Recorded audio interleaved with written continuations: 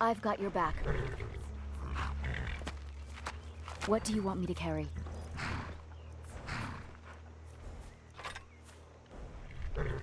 Lead on.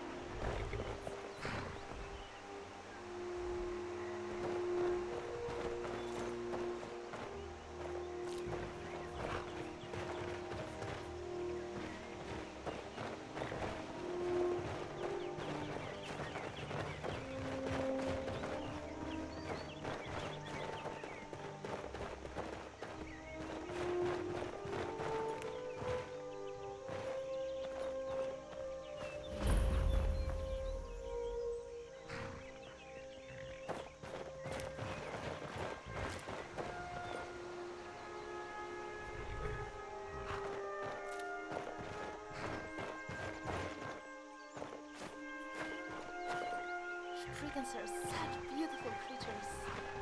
Too beautiful. It's almost unfair.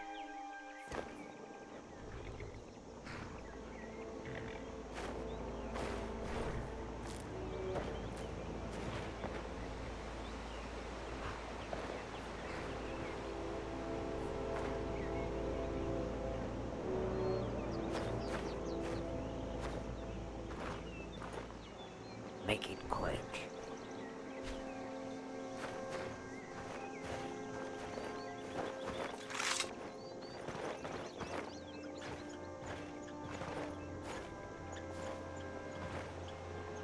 You have something to say?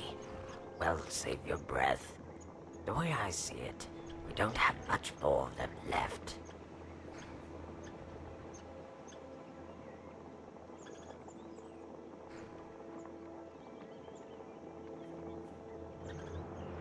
Talk is for cowards whose blades say nothing.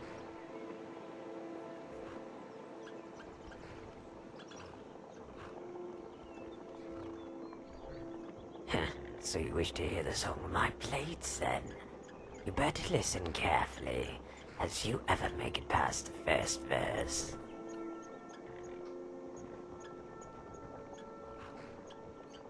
The son of Cloud Ruler Temple named me the Desert Fang. The Thalmor know me as Death's Courier. To you, I am simply Savashni, the Khajiit who spared your life.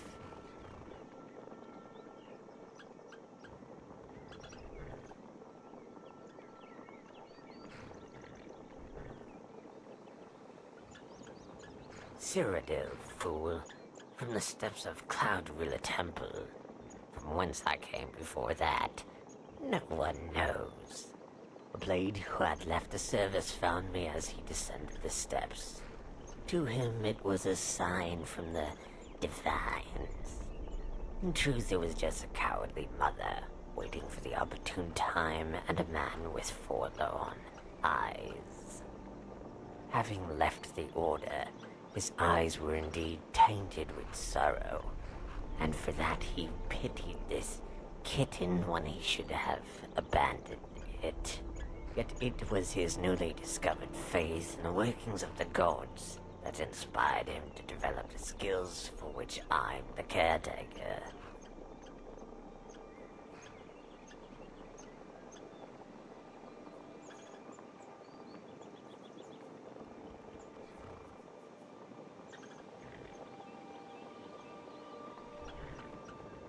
world is full of such tales of fate and coincidence. That's what we burn into our memories. And all the other instances, every day we live without incident, those moments are never ascribed to the laziness of the gods, just forgotten.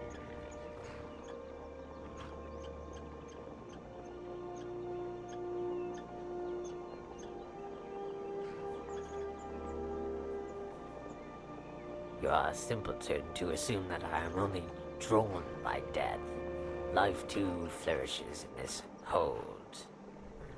The garden of ferns, thistle, mountain flowers that grows in this hollow column stills my blood and allows me to meditate. At night, the hunters camp at the mountain top affords me a view of the land. And on clear nights, a bright necklace of stars.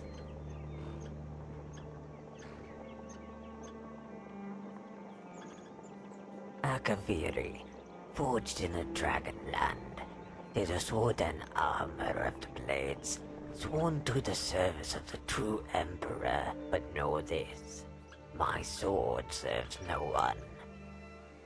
You could be Tiber Septim reborn, and I'll still send you back to the divines with your head in your arms.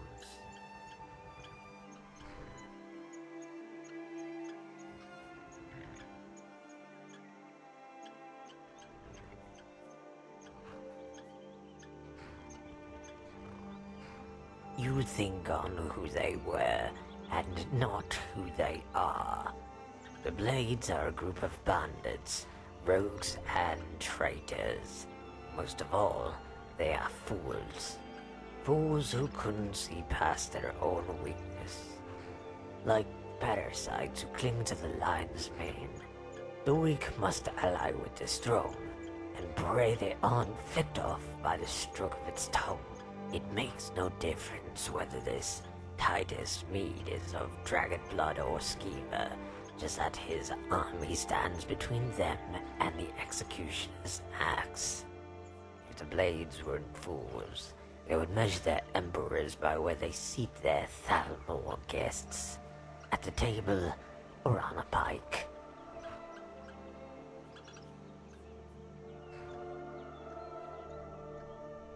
True. The one I killed to gain this armor was indeed a blade, a master of the dual sword technique, and my mentor. He was a man of 40 years, and I no older than a dozen, when I first bested him in single combat, yet he was still my better, and our bodies would never be at an age where I could prove otherwise. At 16, my mentor had exhausted his use to me in terms of body. I would have granted him death right then, if not for the secrets his mind guarded. The Way of the Nine, stances and techniques derived from the teachings of the divines. That was his legacy, and his gift to me, his only pupil. But only when I was ready. A phrase thrown around by masters of all disciplines who wish to teach their pupils the value of patience. What I wasn't ready for, and never would be, was religious nonsense with which he dressed the art of the kill. Now as I enter my prime, I search for the lesson that escaped into the void when we last crossed our blades.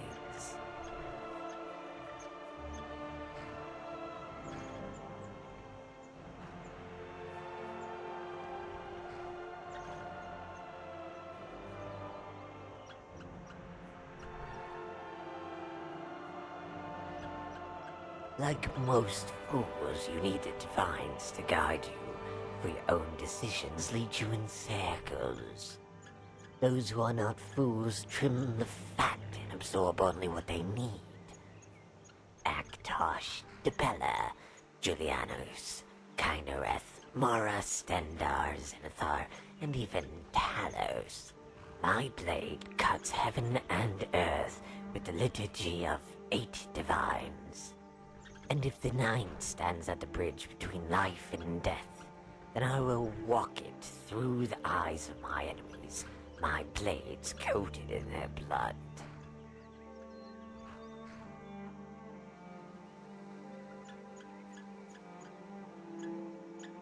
You will understand little of what I speak, and much of it is of no practical use, but facile metaphors tossed around by a dying man. But I will enjoy watching your brow twitch in confusion as I pass his words on to you. Take, for instance, Debella, the god of beauty.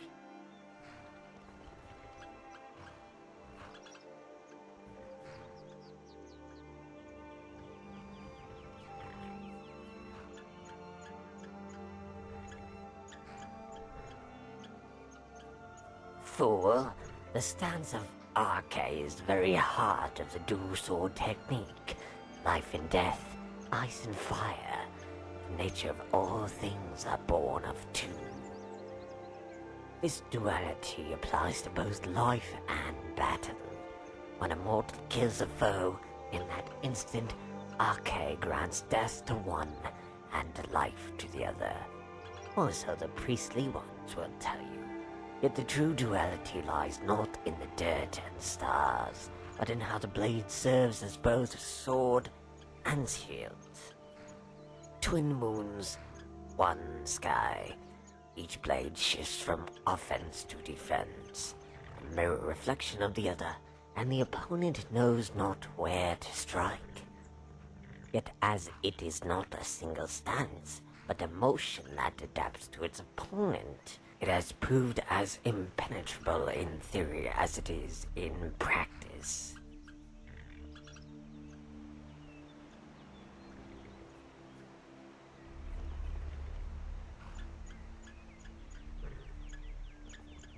It snowed that night when it should have rained.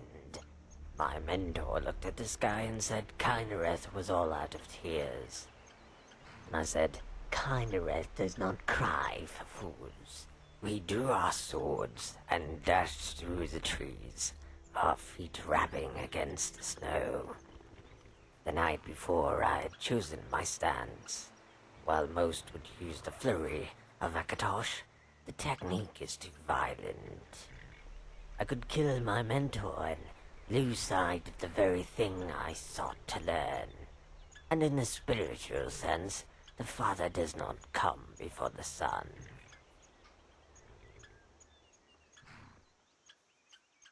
It was the defense of Zenithar that shielded me from his attack. If I saw both his blades as swords and not shields, I could parry, if not kill. Our blades clashed, but made no sound, muffled by the snowstorm. His swords came at me from all directions, but I kept my eyes on his feet. Or more precisely, the tracks he left in the snow. There was a pattern there, if only I had more time.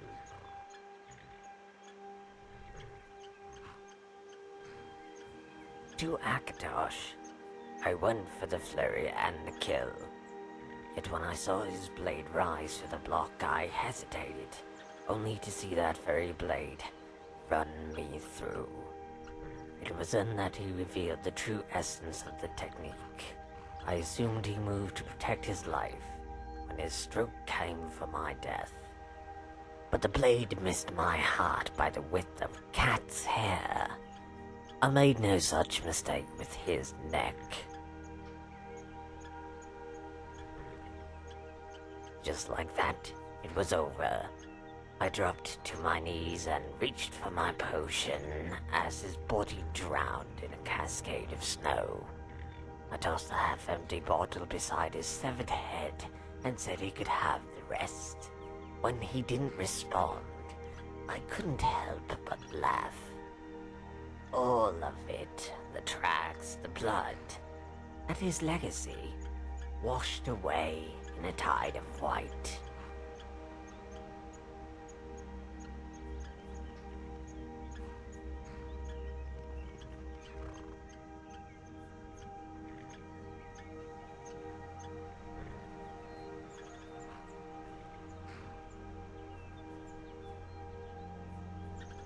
what you consider a fight, or even a war, is nothing more than a brawl between drunken louts over spilled drink. A great swordsman's talents are wasted in a war. Stray arrows, trebuchets, accidents. Many great warriors have been felled by the blade of chaos. One can't even trust his own side in the haze of war. Who's to say who's friend or foe when your eyes squint through guises of dirt and smoke? Like your queries, they range from the utterly pointless to the completely meaningless.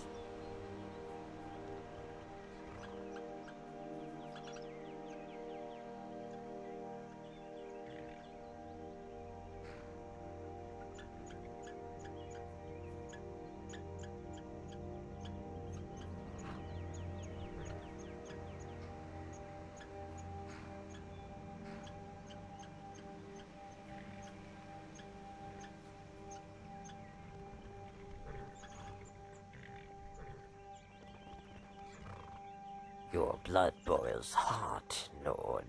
Perhaps it will attract a horde of vampires. At least then there will be someone here that presents a challenge.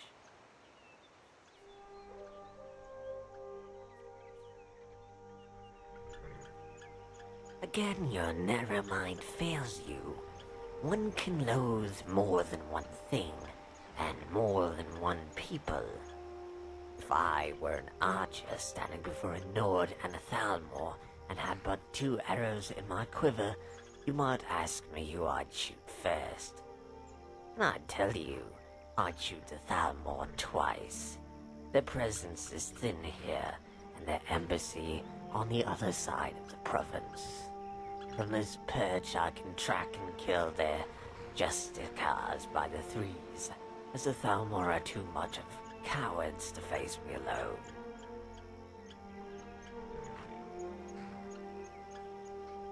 I confess, I've killed enough Spriggans to start my own sawmill. I could kill you too and sell the bone meal to my farmers.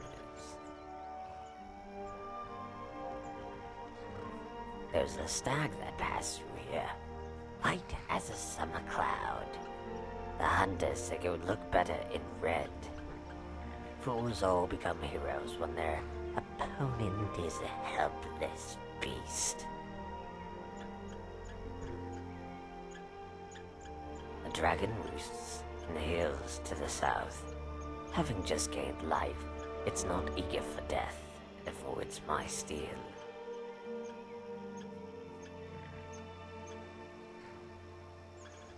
Be gone, then.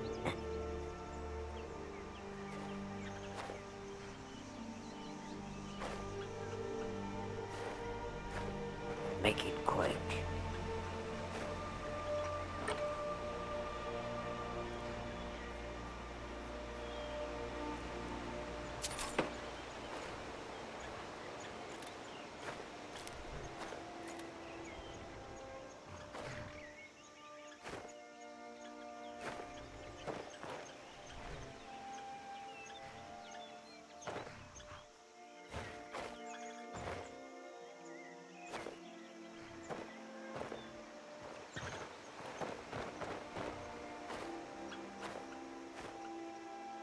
Speak.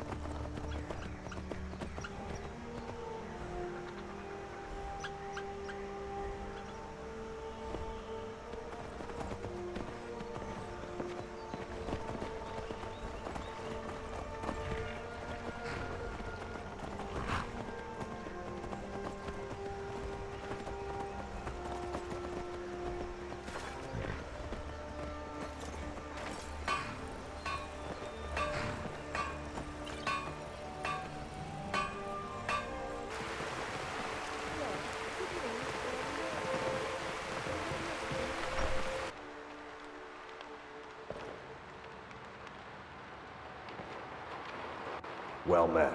Unlike my brother, I've no dislike of strangers. Met lots of them while I was a Stormcloak.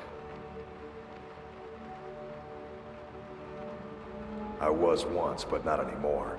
I was wounded in a skirmish up near Windhelm. This was years ago, mind you. Now maybe I don't pick up a blade in Ulfric's name no more, but I still hold with his ideals. Skyrim is Nordland, and we ought to rule it.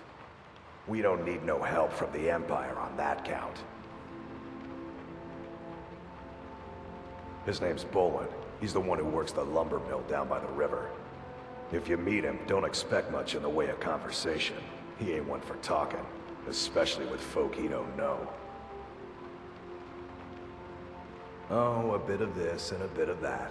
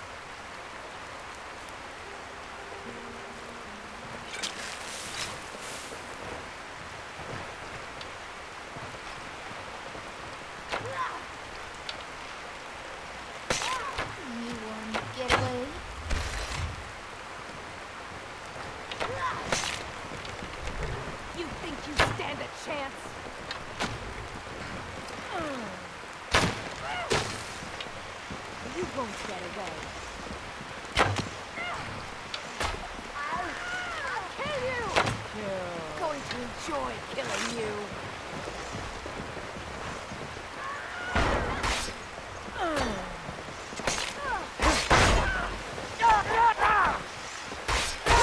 You make such a good thing.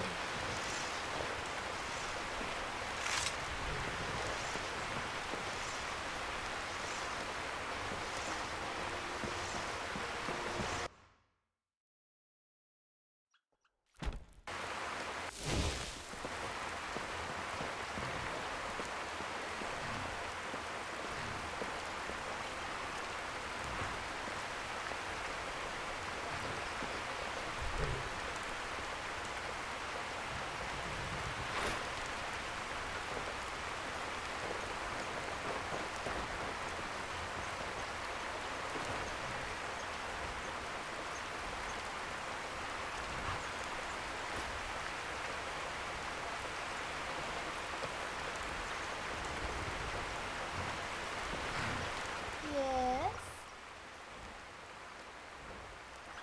Okay, trading things is always fun.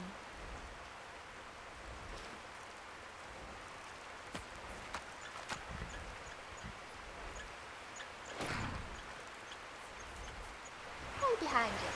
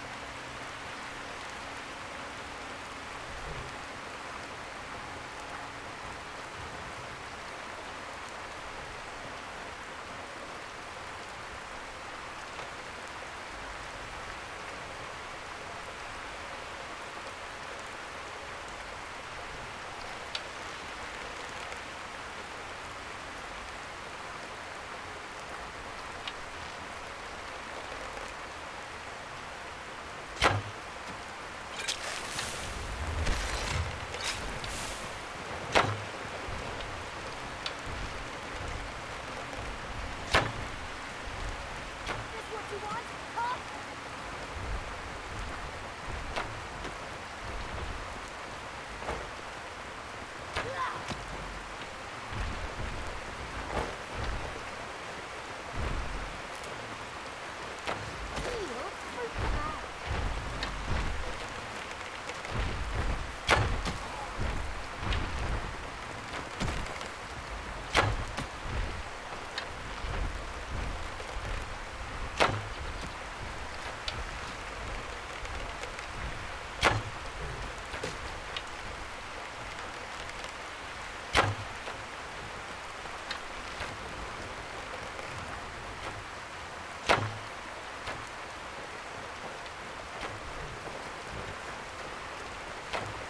You're out now.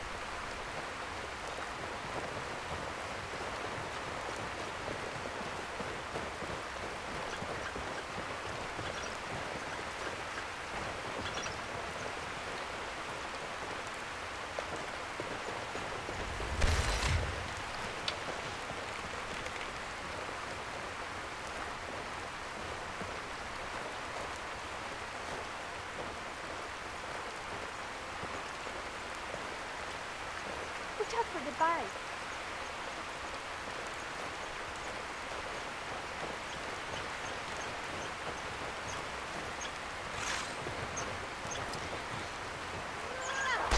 Something gets me better.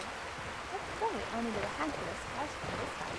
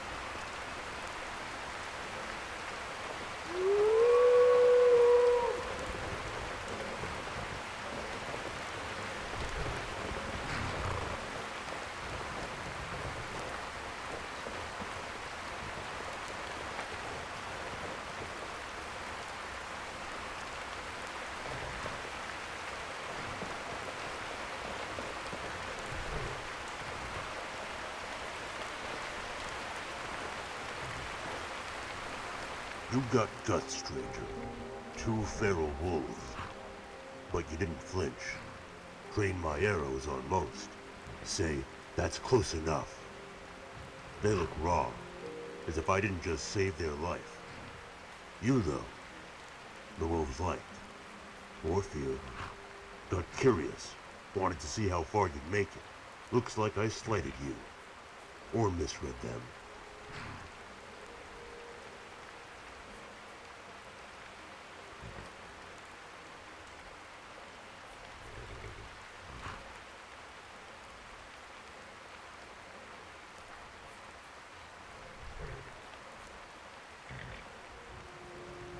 Shows what you know. Beasts are wild. Even a dog's love is fickle. Same goes for mortals. Can only trust Malakath. Sometimes. Not even him. But man, mer, or beast, if you bite my hand, you'll swallow my arrows. But you aren't my quarry. No vengeance to spare. All for one orc, and one orc alone.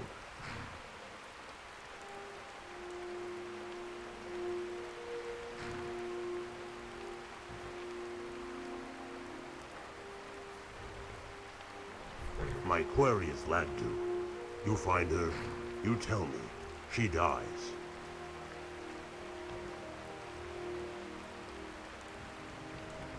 Some hunters work in packs, but only 2 I consider kin. She was one of them.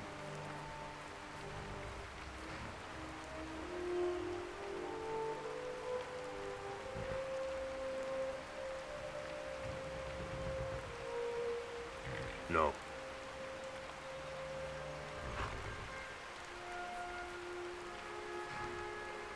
Can't track her. Does more than double back. Covers her prints like it was snow and dirt. So I go from camp to camp. Maybe follow an adventurer. Maybe get lucky. Keep 100 arrows in my quiver. 99 are orc. Last one is iron and blood. That's the arrow that'll kill Lagdu.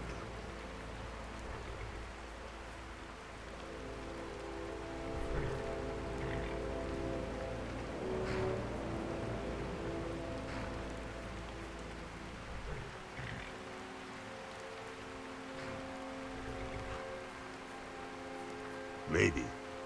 No good one, though. Severus was plain. Didn't keep secrets. Like you know where you stood. Never told you how to stand. Why'd she do it? Not a riddle I care to solve. Arrow holds the only answer I need.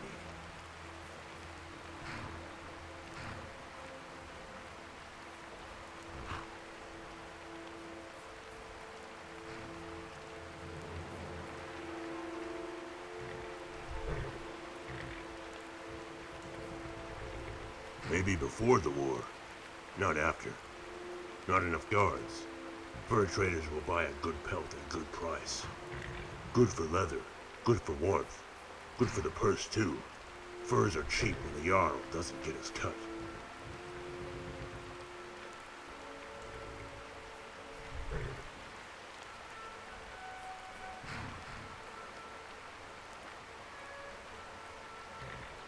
Hunters who work in groups, maybe. I kill a deer, it has a week's worth of venison. Don't know alchemy, so the meat spoils. Better to sell.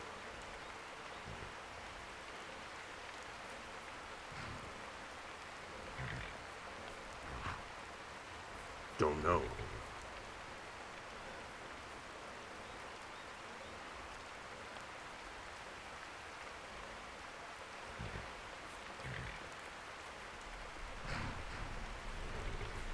Likewise. All my life, what's it to you?